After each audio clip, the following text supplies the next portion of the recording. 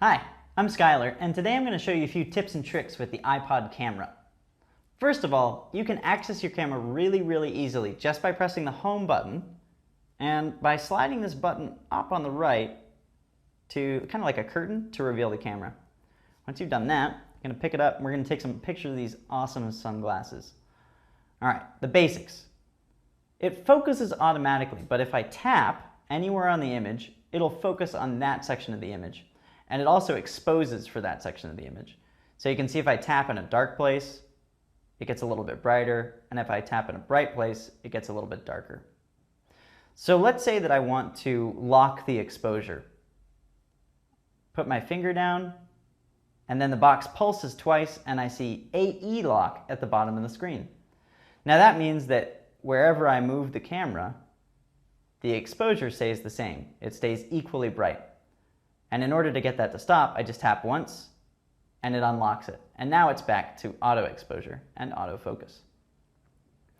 If I want to turn on a grid so that I can more easily compose my images, tap Options and turn Grid to On. And then we see an overlay. Now, the reason that they included this feature is because there's something called the rule of thirds. Simply put, if you place the object that you're photographing on one of these intersections of grid lines, it'll make the photograph a lot better. You'll see an immediate improvement in your pictures. So we're going to turn that off for now.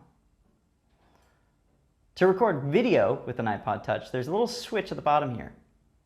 And if I flip that, now we're in video. An iPod Touch shoots 720p video, which is actually an aspect ratio of 16:9. But displayed here is only an aspect ratio of 4:3. 16:9 is what most TV shows are. In order to see the full frame that's being recorded, what I want to do is tap twice on the image, and now we see letterboxes. So now we're seeing the whole frame of what we're actually recording. So if you're going to make a movie in iMovie or in any other video editing software, you want to make sure to double tap so that you see exactly what you're filming. I'm going to switch it back to still. There's another feature too.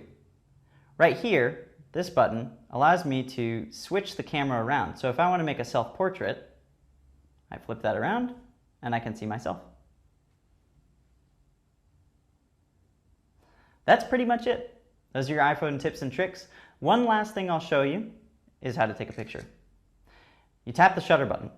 Another thing you can do is use the volume up button right here. So if I want to use it more like a regular camera, I can click the volume up button and take a picture that way. My camera roll, where the pictures are actually stored, is accessed right here.